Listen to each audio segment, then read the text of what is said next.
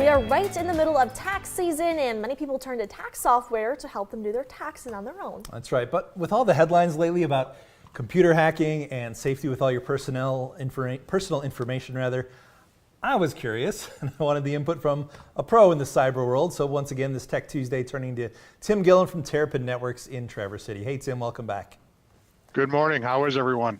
Good, We're doing good. well. We're doing well. All right. So I've started my taxes. I have not gotten all the way through them yet. But that was really kind of what spurred me into asking you guys this question, last week was, here we are just typing in our social security number and our name and our address. And at the end, we, direct deposit, they need our bank information. And while the site that I use is one I've used for years, and I think it's fairly trustworthy, it still begs the question of we're putting all that out into the open, so to speak. Yep. Yeah. And I'm just concerned, and maybe others are too, about how safe is that information, Tim? Well, it does depend on who you're doing that with. So you mentioned you're doing it with someone, one of the online services, I take it, that you've done it with for a long time. Right. I think that's really important.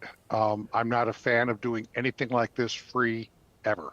And people who've watched the Tech Tuesdays over the months and years and so forth know that you want to avoid stuff that's free on this kind of thing. Anything that's free, you just don't have the same level of support. Now, these real firms, Intuit TurboTax, TaxSlayer, TaxAct, Cash App, who have paid offerings also have the freebie offerings.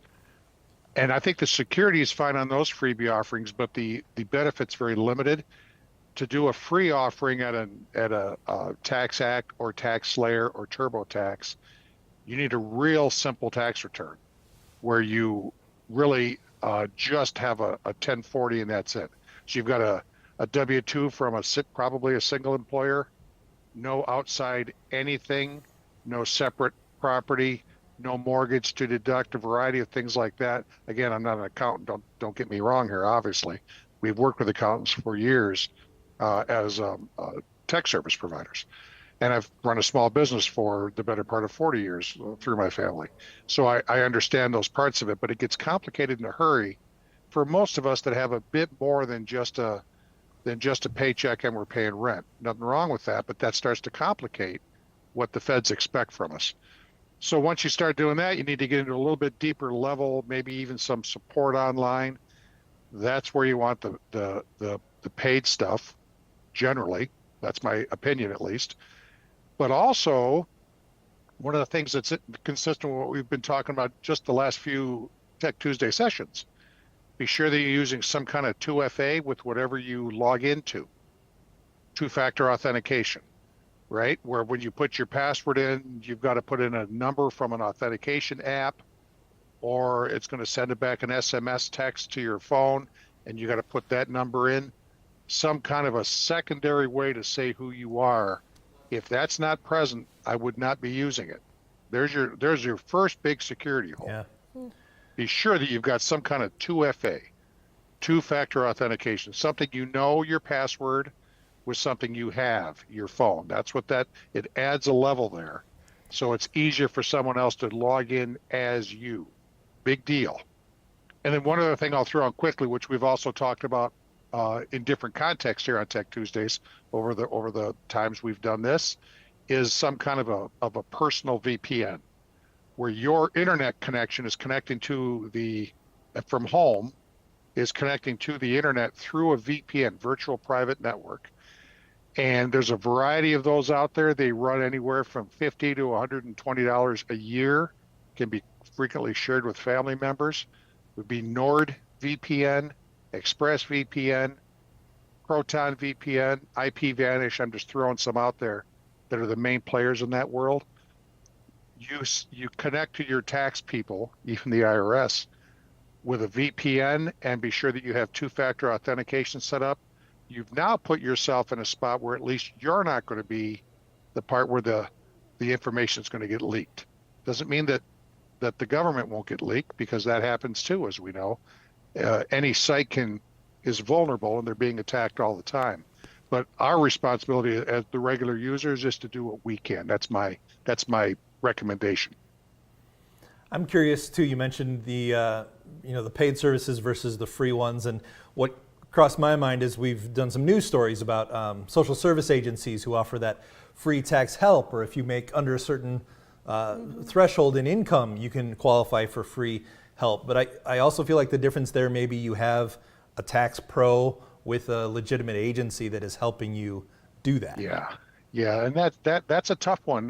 Now, usually, if you're in one of those income brackets, bluntly, you're probably going to have a fairly simple tax return.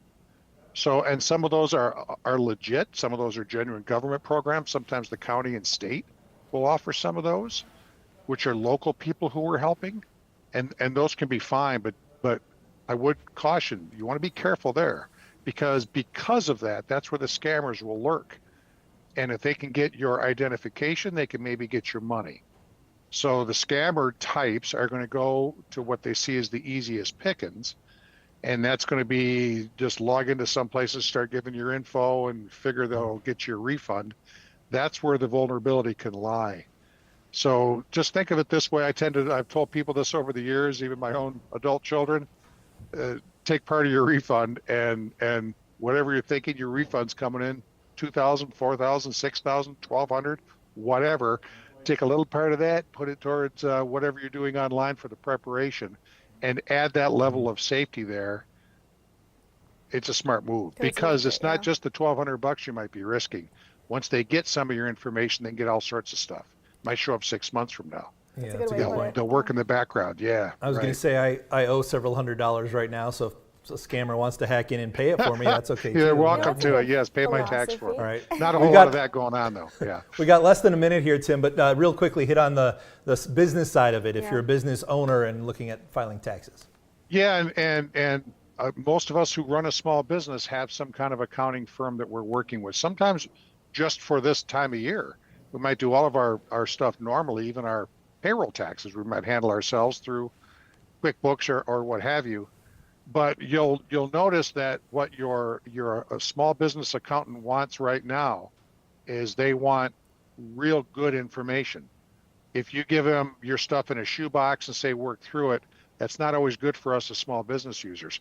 So many of us with a small business, we're not filing on the 15th anyway. We're filing an extension, and we still have to write a check, because if you don't pay what's due, then you get dinged for it come fall.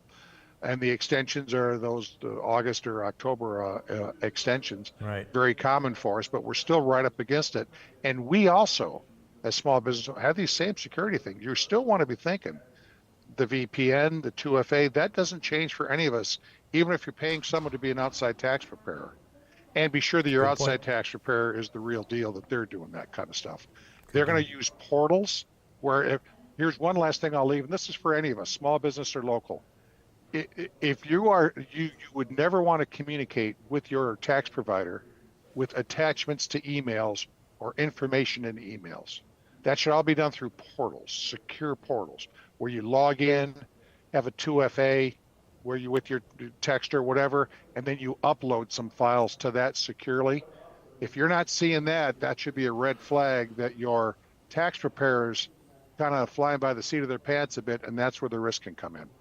Even if they've done it that way for a long time, that time is long since passed. No file attachments. Think almost healthcare. No info in the body of the email that has anything that could expose anything. Social security numbers, wages, all sorts of things. You want that kept real private. All good stuff, Tim. Tim Gillen, Terrapin Networks up in Traverse City. Thanks so much again for giving us your expertise on it. Really appreciate it.